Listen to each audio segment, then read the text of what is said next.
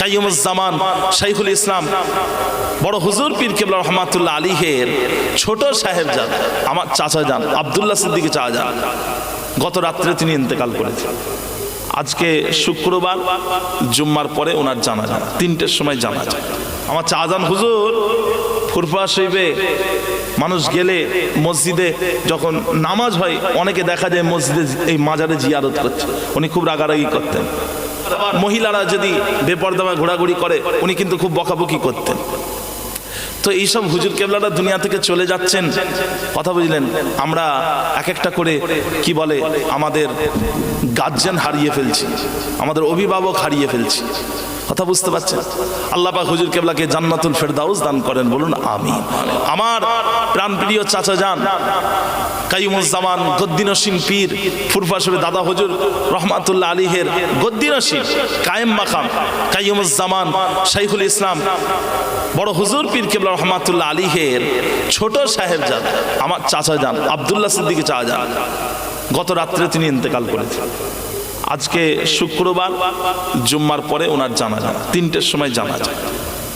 চাচা যান দুনিয়া থেকে চলে গেলেন, কথা বুঝতে পারছেন। দীর্ঘদিন অসুস্থ ছিলেন, আল্লাহর হুকুম হলো দুনিয়া থেকে চলে গেলেন। আল্লাহ তাআলা চাচাজানকে জান্নাতুল ফেরদাউস দান করেন, বলুন আল্লাহুম্মা আমিন। কথা আল্লাহ তাআলা আমাদেরকে যতদিন বাঁচিয়ে রাখবেন আমরা যেন খায়েরের উপরে জীবিত থাকতে পারি, বলুন আল্লাহুম্মা। আল্লাহ আপনি আমাদের যখনই মৃত্যু দেবেন আমাদের যেন খায়েরের উপরে মৃত্যু হয়, বলুন আল্লাহুম্মা আমিন।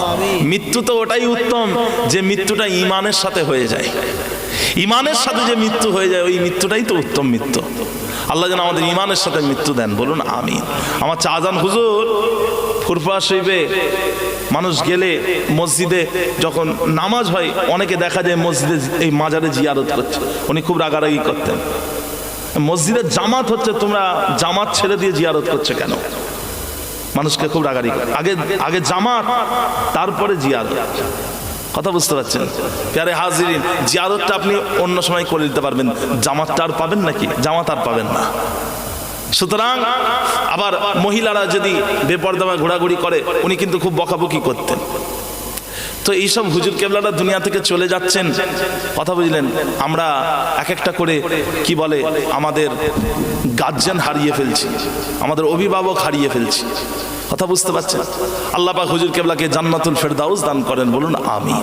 আগামীকাল জুম্মার দিন 3টের সময় জানাজা হবে, যারা পারবেন সম্ভব হলে যাবেন, জানাজায় যাবেন, কথা বুঝতে। এমনিতেই অনেকে যাবে, তাদের সাথে যুক্ত হয়ে আপনিও যাবেন।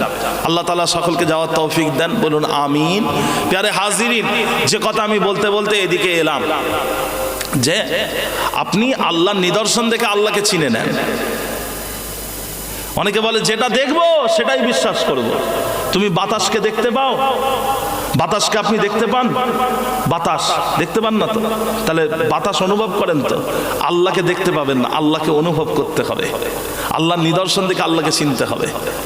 আপনি কি বিশ্বাস করেন এই পৃথিবীতে যত বালি আছে, বালিকণা আছে, তার থেকেও বেশি আকাশে আল্লাহ তাআলার নক্ষত্র রাজি রয়েছে? আপনি দেখতে পান? দেখতে পান না তো। আপনি তবুও বৈজ্ঞানিকরা যদি বলে আপনি সেটা বিশ্বাস করে নেবেন, বৈজ্ঞানিকরা বললে আপনি বিশ্বাস করে নেবেন। কিন্তু আমরা খালি চোখে দেখতে পাই না। তো ভাইজান সবকিছু দেখার আমাদের চোখে ক্ষমতা নেই। তো ভাইজান আমি একটা ভিডিও দেখছিলাম, ওখানে একটা মুসলিমকে একজন বলছে আমি যেটা দেখিনি সেটা বিশ্বাস করব না। তখন ওই মুসলিম লোকটা বলছে তোমার মাথায় ব্রেন আছে, এটা তুমি বিশ্বাস করো? বলছে হ্যাঁ বিশ্বাস করি। বলছে তুমি দেখেছো তোমার মাথায় ব্রেন আছে? বলছে না আমি দেখিনি। তাহলে তুমি কি মনে করো তোমার মাথায় ব্রেন নেই? বলছে না আমার মাথায় ব্রেন নেই, আমি দেখিনি তাই আমি বিশ্বাস করবো না। কথা বুঝতে পারছেন? যাদের মাথায় ব্রেন নেই ওরাই শুধু বলতে পারে যে যেটা দেখিনি ওটা বিশ্বাস করবো না। কথা বুঝতে পারছেন তো? ভাইরা আমার, দোস্ত আমার, ও আমার দিন দরদিরা, আমার আল্লাহ ওয়ালা গনেরা, ও ভাইজানেরা, কিন্তু একটা সময় চলে গিয়েছে যেই সময়তে আল্লাহ তাআলা মানুষকে অনেক নিদর্শন দেখিয়েছিলেন, তা সত্ত্বেও তারা সেই নিদর্শনগুলো অস্বীকার করে দিয়েছে। ও ভাইজানেরা, খুব কুফফারে মক্কারা আল্লাহ নবীকে বলেছিল, মুহাম্মদ আসমানের চাঁদকে যদি দ্বিখণ্ডিত করে দিতে পারো তাহলে আমরা মেনে নেব, তাহলে আমরা বিশ্বাস করে নেব তুমি একজন নবী। ও ভাইজানেরা, আল্লাহ নবী আসমানের দিকে ইশারা করে চাঁদকে দ্বিখণ্ডিত করে ফেললেন। ওই সময়তে কাফেরেরা আল্লাহ নবীকে বলেছিল, মুহাম্মদ তুমি কত বড় জাদুকর, তুমি কত বড় জাদুকর, দুনিয়ার জমিন থেকে আসমানের চাঁদকে দ্বিখণ্ডিত করে দিলে। ওই সময়তে আল্লাহ তাআলা কোরআন মাজিদের মধ্যে আয়াত নাজিল করে দিলেন, ইকতারাবাতিস সাআতু ওয়ানশাক্কাল কমার ওয়া ইন ইয়ারাউ আয়াতান ইউরিদু আন ইয়াকুলু সিহরুম মুস্তামির। আল্লাহ তাআলা কি বললেন? ইকতারাবাতিস সাআতু, কিয়ামত এগিয়ে এসেছে, ওয়ানশাক্কাল কমার, চাঁদ দ্বিখণ্ডিত হয়ে গিয়েছে, ওয়া ইন ইয়ারাউ আয়াতান ইউরিদু আন ইয়াকুলু সিহরুম মুস্তামির।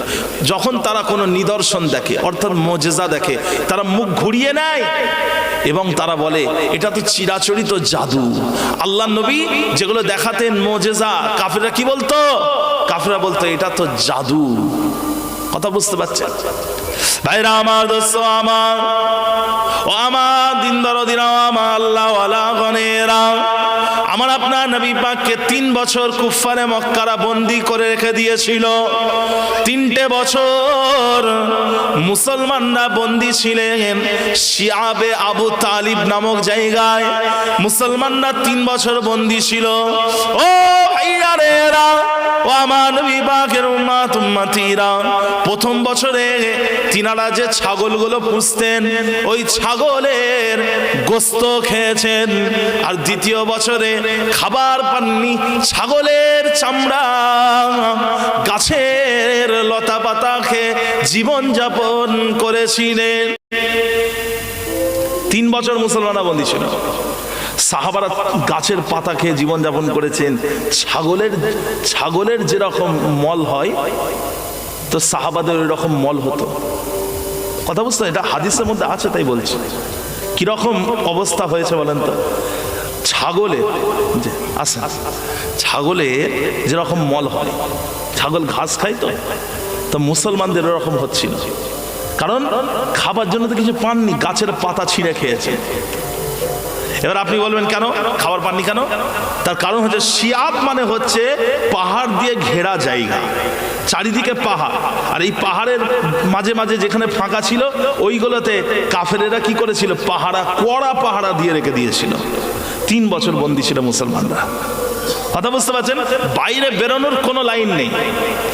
আর তৎকালীন সময়ে যারা ঈমান আনতো তাদের সাথে লেনদেন বন্ধ করে দেওয়া হতো, কেনাকাটা হতো না, মেয়ের সাথে বিয়ে দেওয়া হতো না, তাদেরকে কোনো জিনিস বিক্রি করতো না, তাদের সাথে কথা বলতো না, তাদের সাথে সমস্ত সম্পর্ক ছিন্ন করে দিত। আর ওটাই হয়েছে আল্লাহ রসুলের সাথে এবং মুসলমানদের সাথে, বনু হাশেমের সাথে, বনু আব্দে মানাফের সাথে সম্পর্ক ছিন্ন করে দিল। 3 বছর বন্দী ছিলেন। এই বন্দী দশা থেকে আল্লাহ নবী কিভাবে মুক্তি পেলেন? ভাইরা আমার, দোস্ত আমার, ও ভাইয়ারা, কাফেরেরা পরিকল্পনা করেছিল যতদিন না মুসলমানরা নিজে হাতে মুহাম্মদকে আমাদের হাতে তুলে দেয় ততদিন পর্যন্ত এই বন্দি চলবে, এই বয়কট চলবে। ও ভাইজানেরা, কাফেরেরা তারা বয়কট নামা লিখেছিল, বয়কট নামা একটা কাগজে তারা বয়কটের কথাগুলো লিখে দিয়েছিল। মুসলমানদের সাথে সম্পর্ক থাকবে না, মুসলমানদের সাথে কেনাকাটা হবে না, মুসলমানদের সাথে মেয়ের বিয়ে হবে না, এই রকম ভাবে তারা একটা তালিকা তৈরি করে ওই তালিকাটাকে কাবা শরীফের দেওয়ালে টাঙিয়ে দিয়েছিল। ও ভাইজানেরা, ও আমার নবী পাকের উম্মত উম্মতিরা, ওই বছরটা হলো নবুয়াতের 10ম বছর। আল্লাহ নবী বয়সটা তখন 50 বছর। আমার আপনার নবী পাক প্রাণপ্রিয় চাচা যান আবু তালেবকে বললেন, চাচা যান, আল্লাহ তাআলা আমাকে জানালেন, আল্লাহ তাআলা আমাকে খবর দিলেন কুফফারে মক্কারা আমাদের যে বয়কট করেছে, আর এই বয়কট নামা তারা কাবা শরীফের দেওয়ালে টাঙিয়ে দিয়েছিল, কাবা শরীফের দেওয়ালে ঝুলিয়ে দিয়েছিল। আল্লাহর হুকুমে উই পোকা এসে, ছোট ছোট উই পোকা এসে ওদের বয়কট বয়কটনামার প্রত্যেকটা কথাগুলোকে খেয়ে নিয়েছে। আর শুধু ওখানে যে আল্লাহ শব্দগুলো ছিল, আল্লাহ শব্দগুলো বাকি রয়ে গিয়েছে। চাচা যান, আমি মোহাম্মদ, আমি তো এখানে বন্দী, আমি কিভাবে জানলাম কাবা শরীফের ওপরে কি হয়েছে? ওই সময়তে আল্লাহ নবী চাচা যান আবু তালিব তিনি গেলেন কাফেরদের কাছে, গিয়ে বললেন আমার ভাতিজা মুহাম্মদ এই কথা বলেছে, শোনো আমার ভাতিজা মুহাম্মদ যদি সঠিক বলে থাকে তাহলে তোমরা বয়কট তুলে নেবে, আমাদেরকে বন্দি দশা থেকে বার করে দেবে। আর যদি আমার ভাতিজা ভুল বলে থাকে তাহলে আমি নিজে আমার ভাতিজাকে তোমাদের হাতে তুলে দেব। আমার ভাইপো যদি সঠিক বলে থাকে তাহলে আজ থেকে বন্দি তুলে নেবে, বয়কট তুলে নেবে। আর যদি আমার ভাতিজা মিথ্যা বলে থাকে আমি আমার ভাতিজাকে তোমাদের হাতে তুলে নেবো, তারপর যা ইচ্ছা করে নেবে আমার ভাইপোর সাথে, মুহাম্মাদের সাথে যা ইচ্ছা করে নেবে। কাফেরদের তো কনফিডেন্স মানে শেষ নেই। কাফেররা বলছে এই তো সুযোগ, দুদিন আগেই দেখেছি কাবা শরীফের ওপর সেই বয়কটনামা ঠিক ছিল, দুদিন আগেই তো দেখলাম কাবা শরীফের ওপরে ওই বয়কটনামায় সব লেখাগুলো রয়েছে, তো আজকেও ঠিক থাকবে। তো কাফেররা কি করলো, বললো ঠিক আছে, খুব খুশি হয়ে গেল। গিয়ে দেখছে কাবা শরীফের ওপর থেকে বয়কটনামাটাকে পেরে দেখছে রাসূলুল্লাহ সাল্লাল্লাহু আলাইহি ওয়াসাল্লাম যেটাই বলেছেন ওটাই সত্য হয়ে গেছে। উই পোকা এসে ওদের প্রত্যেকটা কথাগুলোকে খেয়ে নিল। শুধু ওখানে আল্লাহ শব্দগুলো যেখানে আছে, আল্লাহ নামটা যেখানে যেখানে আছে, এই নামটা বাকি রয়ে গেছে। চলে বলবেন না সুবহানাল্লাহ। তা ভাইজান এটা একটা নিদর্শন নয়? চাঁদ দ্বিখণ্ডিত করে দেওয়া যেমন একটা নিদর্শন, একটা মুজিজা, এটা একটা নিদর্শন, এটা মুজিজা। তো কাফেররা কি করলো, এটা দেখেও অস্বীকার করে দিল। কিন্তু ভাইজান মক্কার কিছু মুশরিক ছিল, যেমন মুতঈম বিন আদি, আরো বেশ কিছু মুশরিক ছিল। এরা কিন্তু মুশরিক হলে কি হবে, মুসলমানদের সাথে খুব ভালো আচরণ করত। তো এরা তখন কি বলল যে বয়কটের সব কথা যখন উই পোকা খেয়ে নিয়েছে, এই বয়কট আর থাকবে না, বয়কট তুলে নাও। ওই মুশরিকরাই বয়কট তুলে নিল। কথা বুঝতে পারছেন প্যারে হাজরিন? তো সমস্ত মুশরিক কিন্তু এক নয়, সমস্ত মুশরিক কিন্তু এক নয়। তো ভাইজান এক প্রকার বাপদাদর ধর্ম ছেড়ে দিতেও পারেননি, আবার মুহাম্মদ সাল্লাল্লাহু আলাইহি ওয়াসাল্লামের প্রতি একটা তাদের আলাদা একটা আকর্ষণ, একটা ভালোবাসাও ছিল। কথা বুঝলেন? সেগুলো আমরা ইতিহাসের মধ্যে পাই। আল্লাহ রাসূল সাল্লাল্লাহু আলাইহি সাল্লাম যখন তায়েফে গেছিলেন, ওনাকে অত্যাচার করা হয়েছিল। রাসূলুল্লাহ সাল্লাল্লাহু আলাইহি ওয়াসাল্লাম তায়েফ থেকে ফিরে এলেন, তখন মক্কার কেউ আশ্রয় দিতে চাইল না, আল্লাহর নবীকে কেউ আশ্রয় দিতে চাইল না। কিন্তু ওই মুতঈম বিন আদি, ওই মুশরিক, তিনি আল্লাহ রাসূলকে আশ্রয় দিয়েছিল মক্কায়। তিনার আশ্রয়ে আল্লাহ রাসূল সাল্লাল্লাহু আলাইহি ওয়াসাল্লাম ফের পুনরায় মক্কায় ঢুকেছিলেন। ওই তারিখটা হলো ওই নবুয়াতের 10ম বছর, আল্লাহ রাসূলের বয়স তখন 50 বছর, ওই বয়সেই এটা ঘটেছিল। ভাইরা আমার, দোস্ত আমার, ও আমার দিন দরদিরাও, আমার আল্লাহ ওয়ালা গনেরা, ও ভাইরানেরা, মুশরিকরা এইভাবে আল্লাহ নবীর মুজিজা দেখার পরেও আল্লাহ রাসূলকে অস্বীকার করে দিয়েছে। ভাইরা আমার, দোস্ত আমার, আমার নবী পাকের আরেকটা উজ্জ্বল মুজিজা হলো আল্লাহ নবী যখন মসজিদে নববী শরীফে গেলেন, জুম্মার দিনে খুতবা দিলেন। আল্লাহ নবী যখন জুম্মার দিনে খুতবা দিতেন, আমার আপনার নবী পাক একটা খেজুর গাছের ডালে টেক দিয়ে হেলান দিয়ে তিনি খুতবা দিতেন। ও ভাইরা, একজন আনসারী বেটা ছেলে অথবা মেয়ে ছেলে আল্লাহ নবীকে বলেছিলেন, ইয়া রাসূলুল্লাহ, আমি আপনার জন্য একটা মেম্বার তৈরি করে দেব, আপনার খুতবার জন্য একটা মেম্বার তৈরি করে দিতে চাই। আল্লাহ নবী বললেন, তোমার ইচ্ছা, তুমি যদি চাও তাহলে করে দিতে পারো, তোমার ইচ্ছা। ও ভাইজানেরা, ও আমার নবী পাকের উম্মত উম্মতিরা, ওই আনসারী বেটা ছেলে অথবা মেয়ে ছেলে আমার আপনার নবী পাককে একটা খুতবার জন্য মেম্বার তৈরি করে দিলেন। আল্লাহ নবী ওই মেম্বারে উঠে খুতবা দেওয়া শুরু করলেন, জুম্মার দিনে খুতবা দেওয়া শুরু করলেন। এমত অবস্থায় আমার আপনার নবী পাক একটা কান্নার আওয়াজ আওয়াজ শুনতে পেলেন, বাচ্চার কান্নার আওয়াজ শুনতে পেলেন, সবাই শুনতে পেল, উপস্থিত সমস্ত সাহাবারা ওই কান্নার আওয়াজটা শুনতে পেলেন। সবাই ডান দিকে বাম দিকে তাকায়, কোথা থেকে এই আওয়াজটা হয়।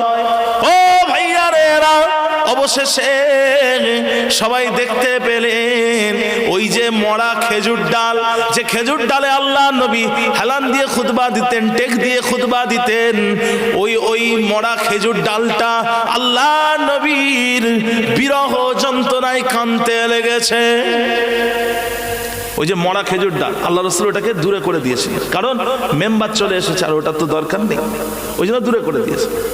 কিন্তু ও যখনই দূরে হয়ে গেছে, আল্লাহ নবীর থেকে যখন দূরে হয়ে গেছে, তখন ওই মরা খেজুর ডালটা কাঁদতে লাগলো। উস্তুনে হান্নানা, একটা মরা খেজুর ডালের নাম, একটা মরা খেজুর ডালের নাম। ভাইরা আমার, দোস্ত আমার, ও ভাইয়ারেরা, ও আমার নবী পাকের উম্মত উম্মতিরা, আল্লাহ নবী ওই খেজুর ডালটাকে নিয়ে এলেন, নিয়ে এসে ওটাকে পায়ের নিচে দিয়ে ওর ওপরে দাঁড়িয়ে আমার আপনার নবী পাক পুনরায় খুতবা দেওয়া শুরু করলেন। আর ওই বাচ্চার কান্নার আওয়াজটা বন্ধ হয়ে গেল। যদি বললেন না সুবহানাল্লাহ, ওই যে বাচ্চাটা কাঁদছিল, ওর কান্নার আওয়াজটা বন্ধ হয়ে গেল। কথা বুঝতে পারছেন? মানে ওই মরা খেজুর ডালের ভেতর থেকেই বাচ্চার কান্নার আওয়াজ হচ্ছিল, ওই কান্নার আওয়াজ বন্ধ হয়ে গেল। আল্লাহ নবী কি বললেন? আল্লাহ নবী বলেন, ওয়ালাউলা আহতাদিনহু লাহান্না ইলা ইয়াউমিল কিয়ামাহ, আমি যদি তার কান্নার আওয়াজ না থামিয়ে দিতাম তাহলে সেটা কিয়ামত পর্যন্ত কাঁদতো, তাহলে সেটা কিয়ামত পর্যন্ত কাঁদতো। কথা বুঝতে পারছেন? এই সমস্ত মুজিজা কাফেররা দেখেও অস্বীকার করে দিয়েছিল। কথা বুঝতে পারছেন? কিন্তু ভাইজান, আমরা দেখিনি কিন্তু আমরা জেনে সেগুলোকে বিশ্বাস করি। এই জন্য আল্লাহ রাসূল কি বলেছেন? আমাদের ঈমানটা হচ্ছে অবাক করা ঈমান, আশ্চর্য ঈমান। ভাইরা আমার, দোস্ত আমার, ও আমার দিন দরদিনা, আমার আল্লাহ ওয়ালা গনেরা, ও ভাইয়ারেরা, তৎকালীন সময়ে বিভিন্ন দেশ বিদেশ থেকে মানুষ মক্কায় হজ করতে যেত। আর মক্কার প্রধান দরওয়াজায় আবু জেহেল, আবু লাহাব, উতবা, শাইবা, ওয়ালিদ ইবনে মুগীরা এরা দাঁড়িয়ে থাকতো আর হাজী সাহেবদেরকে বলতো, ও হাজী সাহেবরা, তোমরা হজ করতে এসেছো, হজ করবে, কিন্তু মক্কায় একজন পাগল আছে, ওই পাগলের কাছে তোমরা কেউ যাবে না। সবাই জিজ্ঞাসা করলো, পাগলের নাম কি? ওই পাগলের নাম কি? ওই সময়তে আবু জেহেল, আবু লাহাব, উতবা, শাইবা, ওয়ালিদ ইবনে মুগীরা এরা বলতো, এই পাগলের নাম হলো মুহাম্মদ, তোমরা যেন ওই পাগলের কাছে যেওনি। আরবিতে একটা কথা আছে, আল ইনসানু হারিসুন আলা মা মুনিয়া, মানুষকে যেটা থেকে নিষেধ করা হয় মানুষ ওটা বেশি বেশি করে করে, মানুষ ওটা বেশি বেশি করে করে। কথা বুঝতে পারছেন? মানুষকে যত বলেছে এই তোমরা কেউ মুহাম্মদ সাল্লাল্লাহু আলাইহি ওয়াসাল্লামের কাছে যাবে না, মানুষ তত বেশি বেশি আল্লাহর নবীর কাছে গেছে। এবং আমার রাসূলুল্লাহ সাল্লাল্লাহু আলাইহি ওয়াসাল্লাম তিনি তাদের কাছে কোরআন শরীফ পাঠ করে শুনিয়েছেন, আর ঈমানের কলেমা পড়ে তারা মুসলমান হয়ে গিয়েছে। জোরে বলুন সুবহানাল্লাহ। তো ভাইজান, এইরকম একটা মানুষের নাম হলো হযরত তুফাইল বিন আমর আদ-দাউসি। তুফাইল বিন আমর আদ-দাউসি নামের একজন আল্লাহ রাসূলের সাহাবা ছিল। তো এই সাহাবা যখন মক্কায় ঢুকছেন, উনি তখন বেঈমান ছিলেন, মক্কায় ঢুকছেন।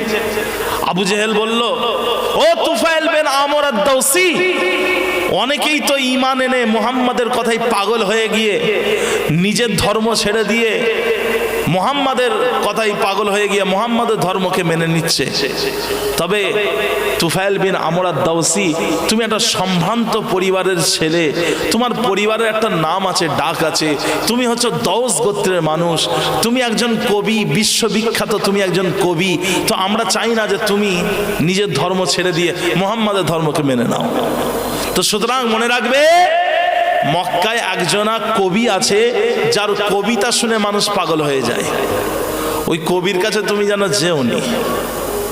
বলল ওই কবির নাম কি? তুফাইল বিন আমর আদ-দাওসী বললেন ওই কবির নাম কি? ওই সময়তে আবু জেহেল বলল ওই কবির নাম হচ্ছে মুহাম্মদ।